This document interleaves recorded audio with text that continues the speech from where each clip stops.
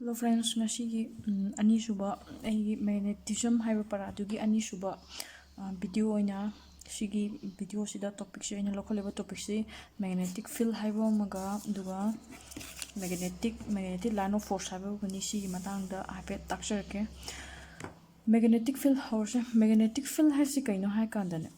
the field around a magnet which can exert force of the attraction and repulsion is called magnetic field. Magnetic field hairse akoina magnet amagi akoibada kudamana se magnet ama laireba ko sigi magnet sigi akoibada laiba field amane field adi labuk lamong admai chamane sidasu akoina field haitadi akoibada laiba ahangba jaga amane sigi ahangba jaga sina kaidoba ngamba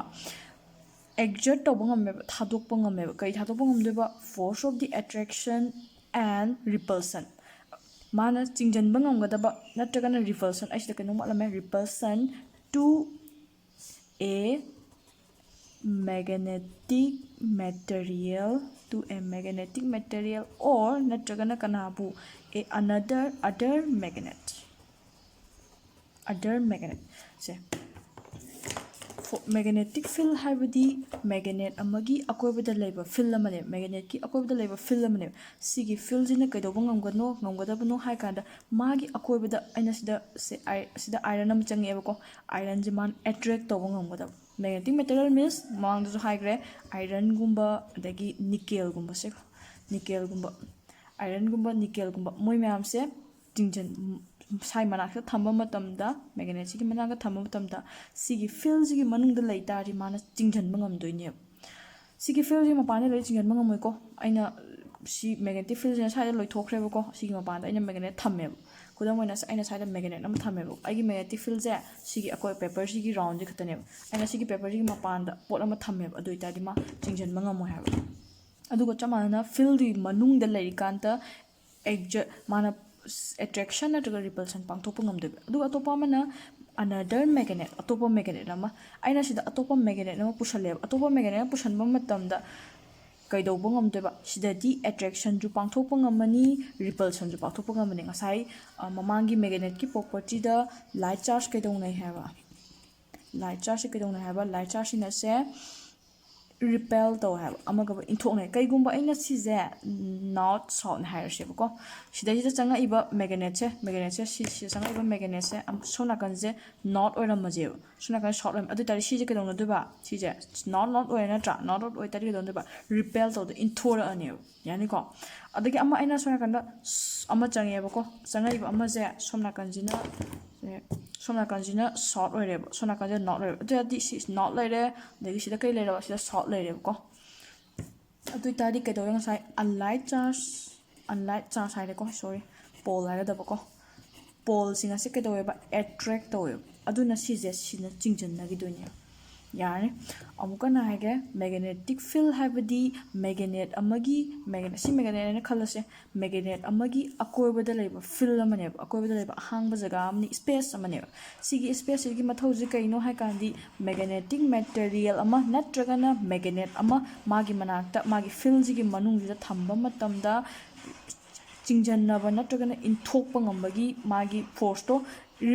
exert to ngam thadokpa ngamaba adu itani ma do autugi akoiba space to kai kaweba magnetic field ko haba aina sigi magnetic field gi mapanda aina asagi yod kumba nickel kumba natragana atopa magnet am thamda dine aduti ma ngasai magnetic field ko ya re kaigino di ngasagi force of attraction natraga repulsion do aduma exert to ngam di adugi mapanda aduna adu sigi for attraction natraga repulsion exert to riba ngami ba jaga do adutubu kari kaweba magnetic field ko haba magnetic field ko yani se adagi sigi example ama take kamaina magnetic field ko wino habse aina sida bar magnet am lore si bar magnet ni ko bar magnet am lo magi pole ni lere north pole haba ma south pole haba lere aina compass ni dalama pusale compass ni dane sum pusale ko sumring pusale compass ni dane sum ma naksale ba ko na ha lere compass ni den gi magi needle je smile le number needle je smile le jara needle je smile le machine needle ne khala si compass needle gi si je ina smile mana kitang na sala pusala ko ta si smile chum le jara ma phalo deflect to ka ne phalo na higher kan deflect to ka ne means higher kan ne higher is a kari maram gi no hai ta di sigi nga sa gi magnet sigi akoibada puthoiba magnetic field do masai ma akoibada puthoiba magnetic field do adu dunane force of attraction natragana force of repulsion ama thado eba adugi force duna maram moiga sigi needle do adu haira ini haba sina ta izi kaino magnet amagi akoiba sitane magnetic field lay haba means force puthoi ta ine sina example magnetic field je puthoe jina kamai khangino magnet amagi akoibada magnetic field puthoe ha jina kamai khangdoino haitadi sisina taktoiba yengo mathangda je if a question ama yenga ko if a magnet is brought close to the magnet compass needle it's deflect why hange ko aine magnet ama lere magnet ki manak sida compass needle ama si compass needle ne khala se compass needle ama pusanba matamda compass needle je phatlawna haire adu kari maram gi no hange maram di kari gi ne ba asai yu haire magnet produce magnetic field ngasagi magnet tuna magi akoibada kana puthoeba magnetic field puthoeba magnetic field puthokona maram moiga magnetic field na kaida hola this field exert a deflecting force mana high han bangambagi force am puthoeba force tuna maram moiga ne ngasagi needle do lenga ido force deflecting force on the needle maram asina ngasagi magi deflect tawre ni needle do compass tugi needle do deflect tawre ini ha sine magnetic field karino adagi magnetic field zikarai de legedabno magnetic field habse magnet amagi surrounding de legedab amon haise surrounding de legedaba magnet to any magnet oy bar magnet oijanu adagi ring magnet oykera horseshoe magnet oykera oning boishano adu atopamna electric current oibe yaeba ko electric current gi akoibda su magnetic field puthoeba adu mathangi video da hi te yengse aduga se magnetic field ore magnetic field line singa sigi mathangda pop magnetic field line haba wahi am le ko magnetic field line se kaino mu yengase yamaro asi je khangda ba di si khangda ta di akoina yekpa magnetic field line kai de kai chatlino yekpa khop kem hairoi magnetic field magnetic line of force atopa mami ngana kai ko magnetic field lines ko weba magnetic field lines kai no si the imaginary line bhabna sab line ne ko produce around a magnet amagi akorbit angasai gi magnet amagi akorbit lebedu kari ko hagraba si do field ko magnetic field ko se magnetic field sigi imaginary line singa se karai da leido sigi magnetic field da leido ne sumaina magnetic field ay yek pa amu phajana yek lakke magnetic field da leido ne is called moising adu line singa chibu kai koeba line singa tu are called magnetic line of force moising chibu magnetic line of force magnetic line of force kai da legane ba magnetic field manung da legada ba magi property khara lere property jam hai maru ai ma om piraga na jaga ma ani piraga dum hangdoi ba kari property leibage habse they are originated from first point in the they are originated from north pole to south pole outside a magnet amagi mapanda magnet am lare ko sigi magnet sigi mapan sidane magnetic line of force singa se kaidaweba north tegi chatlaga south lo shala ye attack siko ye attack ka do mar sikalake sida ina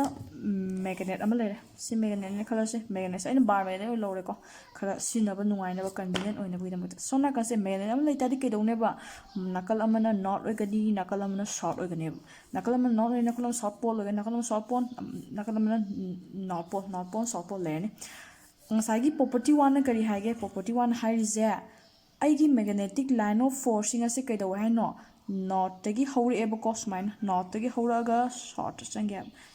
direction je kaina taktoiba arrow na khasai electricity da current gi direction je arrow na ta ina tra soina battery am laira battery gi positive tagi thoglaga negative ta changi haibase current gi direction je kana takma arrow na ta aduga chamana na ne sidasu magnetic line of force gi direction je arrow na taktoiba north tagi horaga south si outside ni dana si magnet gi mapane si magnet gi mapane si na magnet gi manung ko duine si gi mapan si da di north tagi horaga south changi ha sumaina mayam lai doine imaginary line sumaina mayam lai doine sumaila lere stam bana sala mayam thok doine si ana thok je sumaina achowa cycle lama oyak doine adoina thokraina khalaji aduna atopa jingju mai ke happy ro north tagi chatlaga kana changeba south north tagi chatlaga south suna kana ju north tagi chatlaga south aduna north tagi chatlaga south sumai change ani suba yong sidagi adagi from south to north inside the magnet mong dadi kai daweba south tagi la aga north lo shali have ꯁꯥꯎꯠꯇꯒꯤ ꯂꯥꯛꯑꯦꯗꯅ ꯁꯤ magnetic ꯂꯥꯏꯟꯁꯤꯡꯁꯦ ꯃꯅꯨꯡꯗ ꯂꯩꯔꯤꯅꯦ ꯃꯅꯨꯡꯗꯁꯨ ꯂꯩꯅꯤ ꯃꯄꯥꯟꯗꯁꯨ ꯂꯩꯅꯤ ꯃꯅꯨꯡꯗꯁꯨ ꯂꯩꯅꯦꯕ ꯁꯤꯒꯤ ꯁꯥꯎꯠꯇꯒꯤ ꯆꯪꯉꯒ ꯅꯣꯔꯠꯇ ꯂꯣꯏꯁꯤꯜꯂꯤ ꯍꯥꯏꯕ ꯁꯤ ꯑꯅꯤꯁꯨꯕ ꯄꯣꯏꯟꯠꯇ they are close continuous curve ꯃꯣꯏꯁꯤꯡ ꯑꯁꯦ ꯀ꯭ꯂꯣꯖ ꯑꯣꯏꯕ ꯍꯥꯏꯕꯗꯤ ꯇꯠꯇꯕ ꯉꯁꯥꯏ ꯑꯩꯈꯣꯏꯅ ꯏꯂꯦꯛꯇ꯭ꯔꯤꯁꯤꯇꯤꯗꯁꯨ ꯀꯩꯗꯧꯒꯦꯕ ꯏꯂꯦꯛꯇ꯭ꯔꯤꯛ ꯁꯥꯔꯀ꯭ꯋꯤꯠꯇꯁꯨ ꯀꯩꯗꯧꯒꯦ ꯏꯂꯦꯛꯇ꯭ꯔꯤꯛ ꯁꯥꯔꯀ꯭ꯋꯤꯠꯁꯦ ꯀꯩꯅꯤ ꯍꯥꯏꯒꯦ ꯃꯣꯏꯁꯦ ꯀ꯭ꯂꯣꯖ ꯑꯣꯏ ꯑꯗꯒꯤ ꯀꯟꯇꯤꯅ꯭ꯌꯨꯁ ꯑꯣꯏ ꯍꯥꯏꯗ꯭ꯔꯥ ꯑꯗꯨꯒ ꯆꯞ ꯃꯥꯟꯅꯅꯅꯦ ꯁꯤꯒꯤ ꯃꯦꯒꯅꯦꯇꯤꯛ ꯂꯥꯏꯟ ꯑꯣꯐ ꯐꯣꯔꯁꯁꯤꯡ ꯑꯁꯤꯁꯨ ꯀ꯭ꯂꯣꯖ ꯑꯣꯏꯌꯦꯕ ꯃꯣꯏꯁꯦ ꯇꯠꯄ ꯂꯩꯇꯦꯕ ꯁ꯭ꯋꯥꯏꯗ ꯇꯠꯄꯒ ꯌꯥꯗꯦꯕ ꯁꯨꯃꯥꯏꯅ ꯁꯤꯁꯦ ꯃꯅꯨꯡꯗꯁꯨ ꯁꯝꯖꯟꯅꯔꯝꯗꯣꯏꯅꯦꯕ ꯁꯤꯁꯨ ꯁꯤꯒꯤ ꯂꯥꯏꯟꯁꯨ ꯁꯤ ꯃꯅꯨꯡꯗ ꯁꯝꯖꯟꯅꯔꯝꯗꯣꯏꯅꯦꯕ ꯁꯨꯃꯥꯏꯅ ꯇꯠꯄ ꯌꯥꯗꯦ ꯍꯥꯏꯕ ꯀ꯭ꯂꯣꯖ ꯑꯣꯏ ꯀꯟꯇꯤꯅ꯭ꯌꯨꯁ ꯑꯣꯏꯕ ꯀꯔꯐ ꯑꯃꯅꯤ ꯑꯀꯣꯟꯕꯅꯤ ꯍꯥꯏꯕ ꯑꯇꯤꯡꯕ ꯅꯠꯇꯦ ꯑꯀꯣꯟꯕꯅꯤ ꯍꯣꯏ ꯁꯤꯒꯤ ꯃꯅꯨꯡꯁꯤꯗꯗꯤ ꯇꯤꯡꯗꯣꯏꯅꯤꯀꯣ ꯁ꯭ꯇ꯭ꯔꯦꯠ ꯂꯥꯏꯟ ꯑꯣꯏꯗꯣꯏꯅꯤ ꯑꯗꯨꯒ ꯁꯤꯒꯤ ꯃꯄꯥꯟꯁꯤꯗꯗꯤ ꯀꯔꯞ ꯑꯣꯏ ꯍꯥꯏꯕ ꯑꯅꯤꯁꯨꯕ ꯄꯣꯏꯟꯠ ꯌꯥꯔꯦ ꯄ꯭ꯔꯣꯄꯔꯇꯤ ꯑꯅꯤꯁꯨꯕ ꯑꯍꯨꯝꯁꯨꯕ ꯄ꯭ꯔꯣꯄꯔꯇꯤ ꯁꯤ ꯌꯥꯝ ꯃꯔꯨ ꯑꯣꯏ ꯃꯥꯔꯛ ꯑꯃ ꯄꯤꯔꯒ ꯑꯗꯨꯝ ꯃꯔꯝ ꯀꯔꯤꯒꯤꯅꯣꯒꯁꯦ ꯍꯪꯉꯛꯇꯣꯏꯅꯦ ꯃꯨꯟꯅ ꯌꯦꯡꯁꯦ ꯁꯦ no two magnetic field lines can cross each other magnetic field line ꯑꯅꯤꯁꯦ ꯃꯇꯝ ꯄꯨꯝꯅꯃꯛꯇ cross ꯇꯧꯕ ꯁꯨꯡꯌꯥ ꯌꯥꯗꯦꯕ ꯑꯗꯨꯏꯅꯦꯕ ꯑꯩꯅ ꯉꯁꯥꯏ ꯄꯛꯌꯦꯛ ꯌꯦꯛꯁꯤꯟꯗꯕꯤꯗ ꯁꯨꯃꯥꯏꯅ ꯈꯔ ꯀꯛꯅꯕ ꯌꯥꯗꯕꯩ ꯃꯑꯣꯡꯗ ꯌꯦꯛꯏꯁꯦ ꯅꯠꯇ꯭ꯔꯗꯤ ꯄꯛꯌꯦꯛ ꯌꯦꯛꯁꯟꯕ ꯌꯥꯗꯣꯏꯅꯦꯕ ꯁꯤ ꯑꯅꯤꯁꯦ ꯀꯛꯅꯕ ꯁꯨꯡꯌꯥ ꯌꯥꯗꯦꯕ ꯀꯛꯅꯕ ꯌꯥꯗꯦ ꯁꯤꯅ ꯄ꯭ꯔꯣꯄꯔꯇꯤ ꯑꯍꯨꯝꯁꯨꯕ ꯀꯛꯅꯕ ꯌꯥꯗ꯭ꯔꯤꯒꯤ ꯃꯔꯝꯁꯦ ꯀꯔꯤꯒꯤꯅꯣ ꯁꯨꯝ ꯇꯥꯛꯂꯛꯑꯒꯦꯕ ꯀꯛꯅꯕ ꯌꯥꯗ꯭ꯔꯤꯒꯤ ꯃꯔꯝꯁꯦ ꯁꯦ ꯑꯩꯅꯅꯦ ꯃꯦꯒꯅꯦꯇꯤꯛ ꯁꯥꯏꯗ ꯁꯦ ꯉꯁꯥꯏꯁꯤꯗ ꯑꯩꯅ ꯁꯥꯏꯗ ꯇꯦꯟꯖꯦꯟ ꯆꯤꯡꯗꯣꯏꯅꯦꯕꯀꯣ ꯃꯦꯒꯅꯦꯠ ꯑꯃꯒꯤ ꯗꯤꯔꯦꯛꯁꯟꯁꯦ ꯅꯠꯇ꯭ꯔꯒꯅ ꯀꯝꯄꯥꯁ ꯅꯤꯗꯜ ꯑꯃꯅ ꯗꯤꯔꯦꯛꯁꯟ ꯇꯥꯛꯇꯣꯏꯁꯦ ꯗꯤꯔꯦꯛꯁꯟ ꯑꯃꯈꯛꯇꯗꯅꯦꯕ ꯑꯩꯅ ꯀꯩꯒꯨꯝꯕ ꯁꯥꯏꯗ ꯑꯩꯅ ꯇꯦꯟꯖꯦꯟ ꯑꯃ ꯆꯤꯡꯉꯦꯕꯀꯣ ꯇꯦꯟꯖꯦꯟ ꯆꯤꯡꯕ ꯃꯇꯝꯁꯤꯗ ꯇꯥꯛꯏꯁꯦ ꯀꯩꯅꯣ ꯁꯥꯏ ꯖꯒꯥ ꯁꯤꯒꯤ ꯄꯣꯏꯟꯠꯁꯤꯗ ꯁꯤꯁꯦ ꯐꯣꯔ ꯑꯦꯛꯖꯥꯝꯄꯜꯁꯦ ꯁꯤꯒꯤ ꯄꯣꯏꯟꯠꯁꯤꯗ ꯑꯩꯒꯤ ꯃꯦꯒꯅꯦꯇꯤꯛ ꯐꯤꯜ ꯂꯥꯏꯟꯒꯤ ꯗꯤꯔꯦꯛꯁꯟ ꯀꯗꯥꯏꯗꯅꯣ ꯀꯃꯥꯏꯅ ꯇꯥꯛꯇꯣꯏꯕ ꯁꯤꯗꯩꯗ ꯑꯩꯅ ꯇꯦꯟꯖꯦꯟ ꯑꯃ ꯐꯠ ꯆꯤꯡꯉꯦꯕꯀꯣ ꯇꯦꯟꯖꯦꯟ ꯑꯃ ꯆꯤꯡꯕ ꯃꯇꯝꯁꯤꯗ ꯂꯩꯔꯤꯕ ꯗꯤꯔꯦꯛꯁꯟꯁꯦ ꯇꯦꯟꯖꯦꯟꯒꯤ ꯗꯤꯔꯦꯛꯁꯟꯁꯤꯅꯅꯦ ꯑꯩꯒꯤ ꯃꯦꯒꯅꯦꯇꯤꯛ ꯂꯥꯏꯟ ꯑꯣꯐ ꯐꯣꯔꯁꯀꯤ ꯗꯤꯔꯦꯛꯁꯟ ꯇꯥꯛꯏꯅꯦꯕ ꯃꯦꯒꯅꯦꯇꯤक ꯂꯥꯏꯟ ꯑꯣꯐ ꯐꯣꯔꯁꯀꯤ ꯗꯤꯔꯦꯛꯁꯟ ꯇꯥꯛꯏꯅꯦꯕ ꯌꯥꯔꯅꯤ ꯑꯗꯨꯅ ꯃꯔꯝ ꯑꯣꯏꯔꯒ ꯀꯩꯒꯨꯝꯕ ꯁꯤꯒꯤ ꯂꯥꯏꯟ ꯑꯅꯤꯁꯤ ꯀꯛꯅꯔꯦ ꯈꯜꯂꯦ ꯁꯨꯃꯥꯏꯅ ꯁꯤꯒꯤ ꯂꯥꯏꯟ ꯁꯤ ꯃꯦꯒꯅꯦꯇꯤꯛ ꯂꯥꯏꯟ ꯉꯥꯛꯇꯅꯤ ꯈꯜꯂꯦ ꯃꯦꯒꯅꯦꯇꯤꯛ ꯂꯥꯏꯟ ꯑꯅꯤꯁꯤ ꯀꯛꯅꯔꯦꯕ ꯁꯥꯏꯗꯗꯤ ꯀꯩꯗꯧꯒꯦ ꯐꯣꯔ ꯑꯦꯛꯖꯥꯝꯄꯜ ꯁꯥꯏꯗꯗꯤ ꯍꯥꯏꯔꯁꯦꯕꯀꯣ ꯁꯥꯏꯗꯗꯤ ꯇꯦꯟꯖꯦꯟ ꯐꯠꯂꯥꯎ ꯆꯤꯡꯕ ꯃꯇꯝꯗ ꯇꯦꯟꯖꯦꯟ ꯑꯃ ꯆꯤꯡꯉꯦꯕꯀꯣ ꯇꯦꯟꯖꯦꯟ ꯆꯤꯡꯕ ꯃꯇꯝꯁꯤꯗ ꯑꯩꯒꯤ ꯁꯥꯏꯗ ꯃꯦꯒꯅꯦꯇꯤꯛ ꯂꯥꯏꯟ ꯑꯣꯐ ꯐꯣꯔꯁꯁꯤꯕꯨ ꯀꯔꯝꯕ ꯗꯤꯔꯦꯛꯁꯟꯗ ꯆꯠꯂꯤꯅꯣ ꯍꯪꯉꯛꯄ ꯃꯇꯝꯗ ꯁꯤꯒꯤ ꯗꯤꯔꯦꯛꯁꯟ ꯆꯠꯂꯤꯅꯤ ꯍꯥꯏꯗꯣꯏꯅꯦꯕ ꯀꯔꯤꯒꯨꯝꯕ ꯁꯤꯒꯤ ꯄꯣꯏꯟꯠꯁꯤꯗ ꯍꯪꯉꯛꯑꯗꯤ ꯁꯤꯒꯤ ꯀꯛꯅꯕ ꯄꯣꯏꯟꯠꯁꯤꯗ ꯍꯪꯉꯛ ꯇꯥꯔꯗꯤ ꯀꯩꯗꯧꯋꯦꯕ ꯁꯣꯝ ꯅꯥꯀꯟꯗꯁꯨ ꯆꯠꯄ ꯌꯥꯔꯦ ꯁꯣꯝ ꯅꯥꯀꯟꯗꯁꯨ ꯆꯠꯄ ꯌꯥꯔꯦꯕ ꯁꯤꯒꯤ ꯄꯣꯏꯟꯠꯁꯤꯗ ꯇꯦꯟꯖꯦꯟ ꯑꯅꯤ ꯆꯤꯡꯕ ꯌꯥꯔꯦ ꯁꯝꯅ ꯍꯥꯏꯔꯕ ꯁꯤꯒꯤ ꯄꯣꯏꯟꯠꯁꯤꯗ ꯑꯩꯅ ꯇꯦꯟꯖꯦꯟ ꯑꯅꯤ ꯆꯤꯡꯕ ꯌꯥꯔꯦꯕ ꯄꯣꯏꯟꯠ ꯃꯦꯒꯅꯦꯇꯤꯛ ꯀꯝꯄꯥꯁꯅ ꯑꯃꯨꯛꯇꯗ ꯗꯤꯔꯦꯛꯁꯟ ꯑꯅꯤ ꯇꯥꯛꯄ ꯍꯥꯏꯕꯁꯦ ꯑꯣꯏꯊꯣꯛꯇꯦꯕ ꯑꯣꯏꯕ ꯌꯥꯗꯕ ꯄꯣꯠꯅꯦꯕ ꯄꯣꯠꯁꯛ ꯑꯃ ꯂꯩꯀꯥꯟꯗ ꯄꯣꯠꯁꯛ ꯑꯃꯒꯤ ꯄꯣꯏꯟꯠ ꯑꯃꯗ ꯗꯤꯔꯦꯛꯁꯟ ꯑꯅꯤ ꯇꯥꯛꯄ ꯍꯥꯏꯕꯁꯦ ꯑꯣꯏꯕ ꯌꯥꯗꯕ ꯄꯣꯠꯅꯦꯕ ꯑꯗꯨꯅꯅꯦ ꯍꯥꯏꯗꯤ ꯃꯦꯒꯅꯦꯇꯤꯛ ꯂꯥꯏꯟ ꯑꯣꯐ ꯐꯣꯔꯁ ꯑꯅꯤꯁꯦ ꯀꯛꯅꯕ ꯌꯥꯗ꯭ꯔꯤꯅꯤ ꯍꯥꯏꯕ ꯌꯥꯔꯅꯤ ꯑꯃꯨꯛꯀ ꯍꯟꯅ ꯍꯥꯏꯒꯦ ꯄꯣꯏꯟꯠ ꯑꯅꯤ ꯀꯛꯅꯕ ꯇꯥꯔꯒꯗꯤ ꯇꯦꯟꯖꯦꯟ ꯃꯥꯒꯤ ꯄꯣꯏꯟꯠꯇꯨꯗ ꯇꯦꯟꯖꯦꯟ ꯑꯅꯤ ꯆꯤꯡꯕ ꯌꯥꯔꯅꯦꯕ ꯇꯦꯟꯖꯦꯟ ꯑꯅꯤ ꯆꯤꯡꯕ ꯌꯥꯕꯅ ꯍꯥꯏꯔꯤꯁꯤ ꯃꯔꯝꯁꯤ ꯀꯔꯤꯒꯤꯅோ ꯇꯦꯟꯖꯦꯟ ꯑꯅꯤ ꯆꯤꯡꯕ ꯌꯥꯔꯗꯤ ꯗꯤꯔꯦꯛꯁꯟ ꯑꯅꯤ ꯂꯩꯒꯅꯤ ꯍꯥꯏꯕꯅꯦꯕ ꯇꯨ ꯗꯤꯔꯦꯛꯁꯟ ꯂꯩꯒꯅꯤ ꯍꯥꯏꯕꯅꯦꯕ ꯗꯤꯔꯦꯛꯁꯟ ꯑꯅꯤ ꯂꯩꯕ ꯍꯥꯏꯕꯁꯦ ꯏꯝꯄꯣꯖꯤꯕꯜꯅꯦꯕ ꯑꯣꯏꯊꯣꯛꯄ ꯌꯥꯗꯕ ꯄꯣꯠꯅꯦꯕ ꯑꯗꯨꯅ ꯃꯔꯝ ꯑꯣꯏꯔꯒ ꯃꯦꯒꯅꯦꯇꯤꯛ ꯂꯥꯏꯟ ꯑꯣꯐ ꯐꯣꯔꯁ ꯑꯅꯤꯁꯦ ꯀꯛꯅꯕ ꯌꯥꯗ꯭ꯔꯤꯅꯤ ꯍꯥꯏꯕ ꯁꯤꯁꯦ ꯁꯨꯃꯥꯏꯅ ꯀꯛꯅꯕꯁꯤ ꯌꯥꯗꯦ ꯍꯥꯏꯕ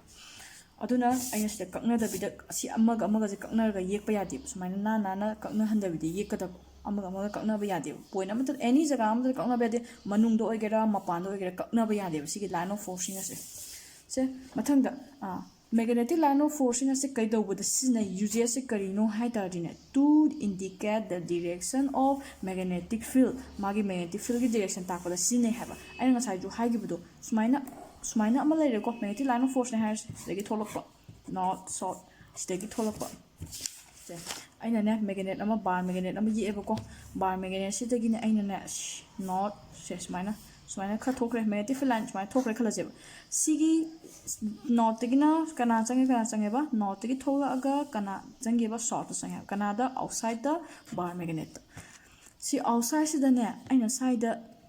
ꯑꯩꯅ ꯍꯥꯏꯈ꯭ꯔꯦ ꯁꯥꯏꯗ ꯁꯤꯒꯤ ꯄꯣꯏꯟꯠꯁꯤꯗꯅꯦ ꯑꯩꯒꯤ ꯃꯦꯒꯅꯦꯇꯤꯛ ꯐꯤꯜ ꯂꯥꯏꯟꯒꯤ ꯗꯤꯔꯦꯛꯁꯟꯁꯤꯕꯨ ꯀꯗꯥꯏꯗꯅꯣ ꯍꯪꯉꯦꯕ ꯁꯤꯒꯤ ꯄꯣꯏꯟꯠꯁꯤꯗ ꯑꯗꯨꯇꯥꯔꯗꯤ ꯀꯩꯅꯣ ꯇꯥꯛꯇꯣꯏꯕ ꯁꯤꯗꯩꯁꯤꯗ ꯑꯩꯅ ꯇꯦꯟꯖꯦꯟ ꯑꯃ ꯐꯠꯂꯥꯎ ꯌꯦꯛꯑꯦꯕ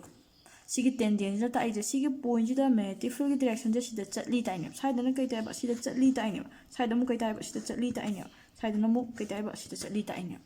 ꯁꯤꯁꯤꯅ ꯇꯥꯛꯏꯁꯦ ꯃꯦꯒꯅꯦꯇꯤꯛ ꯂꯥꯏꯟ ꯑꯣꯐ ꯐꯣꯔꯁꯅ ꯇꯥꯛꯏꯁꯦ ꯀꯩꯅꯣ ꯍꯥꯏ ꯇꯥꯔꯗꯤ ꯃꯦꯒꯅꯦꯇꯤꯛ ꯐꯤꯜꯒꯤ ꯗꯤꯔꯦꯛꯁꯟꯅꯦꯕ ꯑꯩꯒꯤ ꯃꯦꯒꯅꯦꯇꯤꯛ ꯐꯤꯜꯒꯤ ꯗꯤꯔꯦꯛꯁꯟꯗꯣ ꯁꯤꯒꯨꯝꯕ ꯃꯌꯥꯝ ꯂꯩꯗꯣꯏꯅꯦ ꯁꯥꯏꯗꯁꯨ ꯃꯌꯥꯝ ꯂꯩꯗꯣꯏꯅꯦ 시주 시저주 짝만한 짝도 짝이네 되네 시저주 시저 타고 포인트 짝도니 땡제는 지금부터 시저주 땡제는 짝도니 시저주 땡제는 짝도니 짝만한나 어디 다이디 그 모이 맘제 디렉션 아무도 분나 짝미네 자 매티 필라인 맘제 디렉션 아무도 분나 짝미네 아두나 딱 이제 magnetic field lines na kay taeba the direction of magnetic field gi direction ta i ha mathang ge ngo se mathang gi je yam maru hai se how to get magnetic field line akoina magnetic field line ji tinga sai chu hai gre imaginary ne bham na sab ne akoi minna uba na te magnet ama thamakan ai si magnet khala si magnet thamakan na sai magnetic field line ne chung tho lai roi ba si magnetic field line ne ga line ne chatla ga lai roi imaginary line ne sigi imaginary lines aina minna uge hai ta ri kai do gane ba kamaina khangani hai ta ri se compass needle sinaraga compass needle sinaraga to aina sai chu hai do compass needle sai sigi point da aina compass needle thamme ba compass needle thamma ton direction sang chale sigi point da aina compass needle tham sang de adu aina ne sigi magnetic line of force ya yek pa ya gani ha sumaina yek lak pa ya gani ha last adu yamna long process amani adu ko atopa amana chesina atopa ama point amana kai ne ba iron fillings the iron fillings adi yokup ha ba ko yokup se like the ngata se iron fillings sai kana demo kamai to ha kana mana sida magnet number thame ko magnet se bar magnet north pole south pole is ina ne magnet se pole thame magnet thame to yokup khalo yokup se ina follow sai tharo matam da ngahaki matung automatically asai yokup mayam do sigi mong ge semak tu ne sigi mong gi da smaina sing ge ne sida line chatli je si bune line chatli je si bune akoina kai ko ba magnetic field line size aduna hayeng magnetic field line se kamaina phangani hai ta di kana sinaraga compass needle sinaraga natragana iron filling sinaraga phangba yai haba imaginary of pot ni na min ude min uda pot to akoina uhange hai ta di sigi ani si sinaraga yekpa yai hadaba sine masigi parajigi magnetic field karino adagi magnetic field si karino adagi magnetic field lines have si karino have je khangdaba khotaba yawarju adum comment section da haibo bhab ta hode ko ten haibo sing do thank you